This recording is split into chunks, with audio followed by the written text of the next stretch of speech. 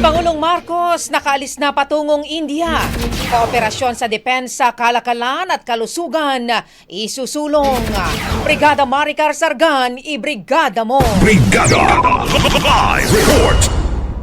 Nakaalis na kaninang alas 10:44 ng umaga si Pangulong Ferdinand Marcos Jr. patungong New Delhi, India bilang tugon sa imbitasyon ni Indian Prime Minister Narendra Modi. Sa kanyang talumpati bago lumipad, sinabi ng Pangulo na layunin ng kanyang state visit na palawakin ang kooperasyon ng Pilipinas at India sa iba't ibang sektor, kabilang ang depensa, kalakalan, pamumuhunan, kalusugan, connectivity, agrikultura at turismo. Itinutulak din ng Pangulo ang mas malalim na maritime cooperation sa pagitan ng dalawang bansa, partikular sa usapin ng seguridad sa Indo-Pacific region.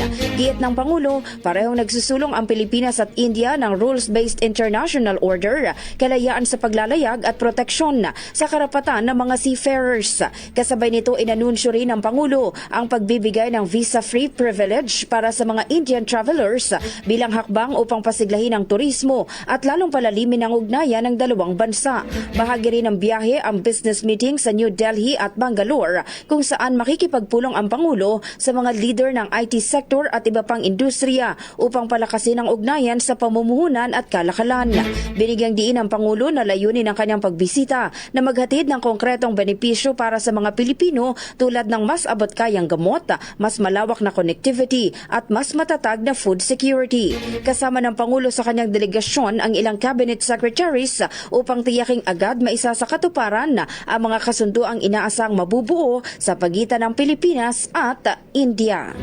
In the heart of changing lives, ako si Brigada Maricar Sargan ng 105.1 Brigada News FM Manila, The Music and News Authority. Bagong-bago. Ang bahaging ito ay hatid sa atin ng Drive Max Coffee. Ligayang tuloy-tuloy.